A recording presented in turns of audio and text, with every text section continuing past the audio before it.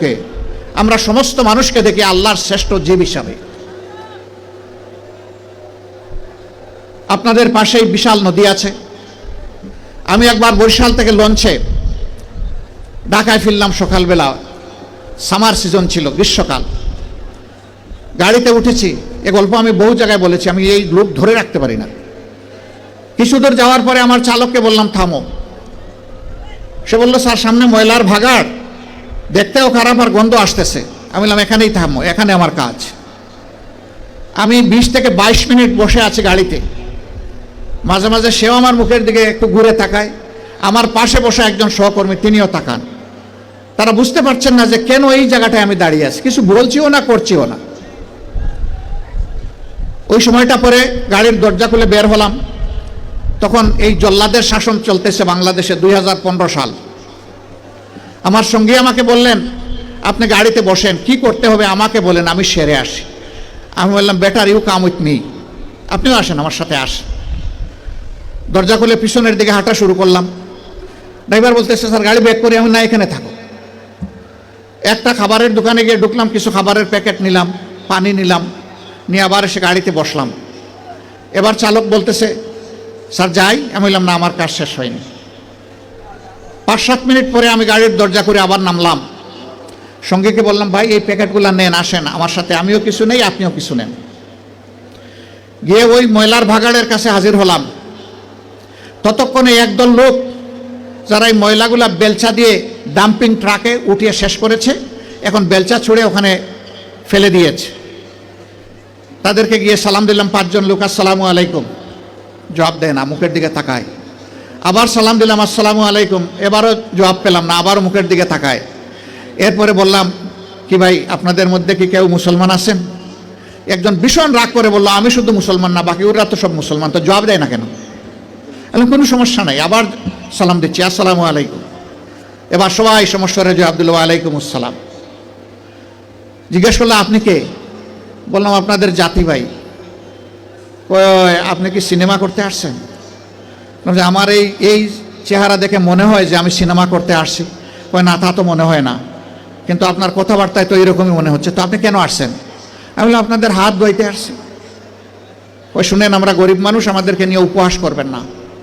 আমি বললাম আল্লাহর কসম আমি উপহাসও করতে আসি নাই। তাইলে আপনি আমাদের হাত ধোয়াবেন কেন?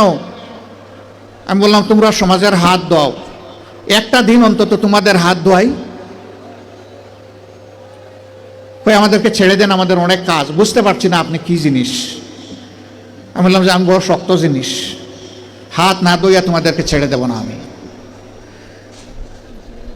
রোদের মধ্যে ঘামতেছে, একজন রাগ করে বললো এই দে, উনার এত শখ জাগছে, দে হাত দে, আমারটা আগেই দিচ্ছি। তো উনি হাত দিল, আমি ধোয়াই ঠোয়া খসলাইয়া পরিষ্কার করে বললাম ভাই অনেক শুক্রিয়া তোমাকে।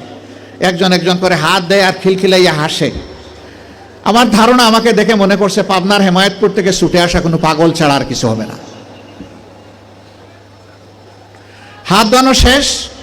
এবার আমার 2 সঙ্গীকে বললাম যে একটু খাবারের প্যাকেটটা দেন।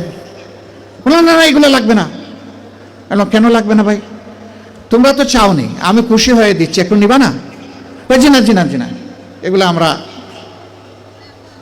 আমি বললাম যে বলো তাইলে কোনটা থেকে খেতে হবে, আমি আগে খাই একটু, তারপরে নিয়ে যাও। তখন একজন বলে তাইলে ঠিক আছে দিয়া দেন। বললাম হ্যাঁ দুনিয়া অনেক কিছু ঘটে।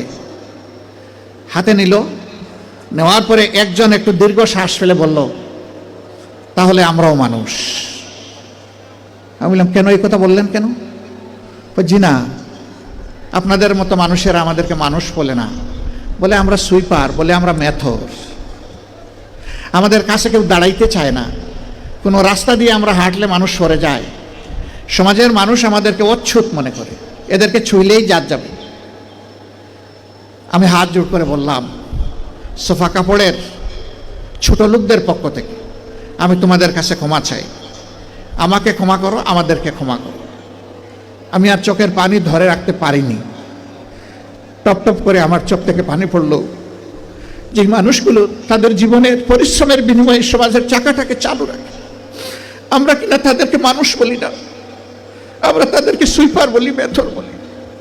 আমরাই কমজোর। আমি কাঁদতে কাঁদতে এসে আমার গাড়িতে, আর ওরাও আমার সাথে কেঁদে কেঁদে তাদের গাড়িতে উঠে গেল। সম্মানিত ভাইয়েরা, কেন এই ব্যবধান? এদের ছাড়া কি এই সমাজ চলবে? যদি না চলে তারা, তাইলে এই সমাজে তারা একটু স্বীকৃতি পায় না কেন? একটু মর্যাদা কেন পায় না তারা? এটা পায় না এই কারণে, এই শাসনটা আল্লাহর দেওয়া বিধান অনুযায়ী নয়, এই কারণেই পায় না।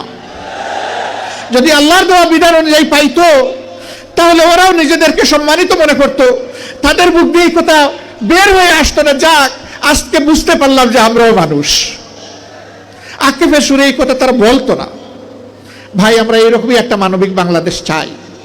আমরা মানুষকে ছোট হিসাবে দেখি না কাউকে, আমরা সমস্ত মানুষকে দেখি আল্লাহর শ্রেষ্ঠ জীব হিসাবে। আপনাদের পাশেই বিশাল নদী আছে। আমি একবার বরিশাল থেকে লঞ্চে ঢাকায় ফিরলাম